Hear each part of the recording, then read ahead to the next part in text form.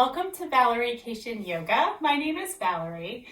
Today we will be discussing another marketing and business tip for yoga teachers.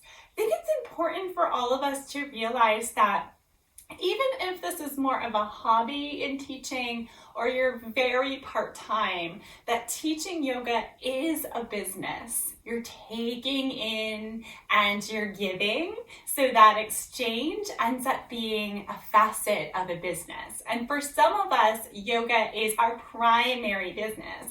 We do a lot of that give and take and exchange in the world of yoga. So I wanted to talk a little bit about a super buzzword, not just in the yoga community, but in a lot of other spaces. And that's the idea of imposter syndrome. Oftentimes as yoga teachers, when we come into spaces and we talk about our knowledge and what that is and what we can share to others, we might start to doubt ourselves. Who am I to be telling other people what they could do to enhance their experience? Who am I to share this information? Well, first of all, I want you to take a moment to say, I am a yoga teacher who has experience as a yoga practitioner and has experience as a teacher and has taken training and is learning. I am also a student of yoga who continues to learn and shares the information that I gather for others.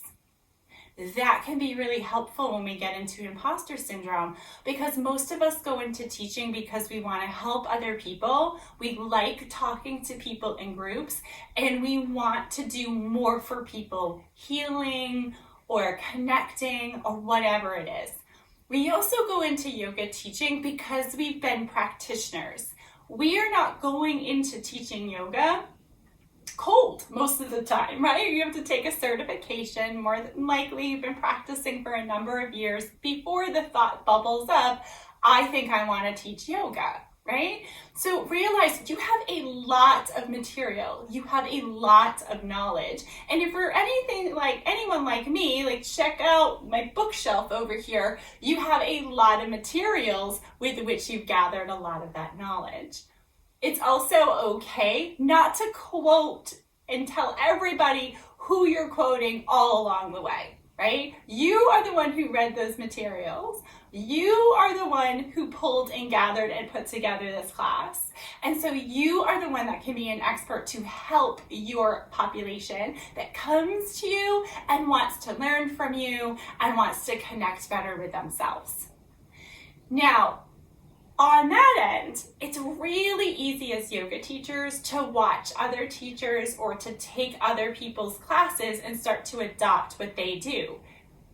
That's good. I mean, on the one hand, it's really great to do that, right? Because we are taking things that maybe would not have come naturally or sparked up on our own, and we're looking and we're gathering those things in. The thing that can happen with this is sometimes we also adopt the language style and the mannerisms of this teacher and start bringing it into our classroom. And so that's why I want to talk about authenticity, right? So the principles of yoga are asking us to be truthful, right? To practice truthfulness and to practice being authentic and finding our authentic voice. As a yoga teacher, I sometimes change my voice and I don't even know why. I decide to be softer at times. I don't find myself connecting to myself. I'm like, who am I trying to be? That's when imposter syndrome can be more dangerous, when we're the actual imposter, right? When you are yourself and you're your authentic self, you are going to most likely teach classes that align with your authentic self, align with your interests. And guess what? Your students are going to know if you're pretending or you're authentic, because there'll be a point where you switch, right? You might be talking to people before class, really nice and bubbly, and then sit down on your mat and start to talk softer and longer and everything like that. But if that's not your natural way or your natural approach, your students are going to see that shift. Another way that I found to reduce imposter syndrome is get rid of the fourth wall. The fourth wall is the wall between you and your students. So you have the walls of the room, but you may have created unintentionally a barrier between you and your students. Like, I am the teacher, you're the student kind of barrier. Reduce that. Let people ask questions.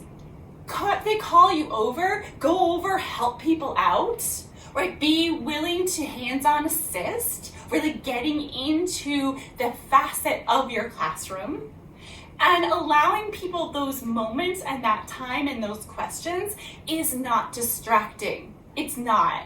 Trust me, you are coming across as somebody who really does want to help people. And if that's who you actually are, and I hope you are if you're teaching yoga, then that will also come across. So I hope this is helpful for you. A lot of times we get caught up in imposter syndrome. All of us do, myself included. And it might be when we're doing something that's not authentic to us, or when we're not quite sure where we're going moving forward. I hope you learned something today from this, and I really love popping in here and giving you some tips and things that you might be able to bring into your own teaching and your own practice. This is Valerie Cation Yoga. I'm Valerie. Thank you so much for being here.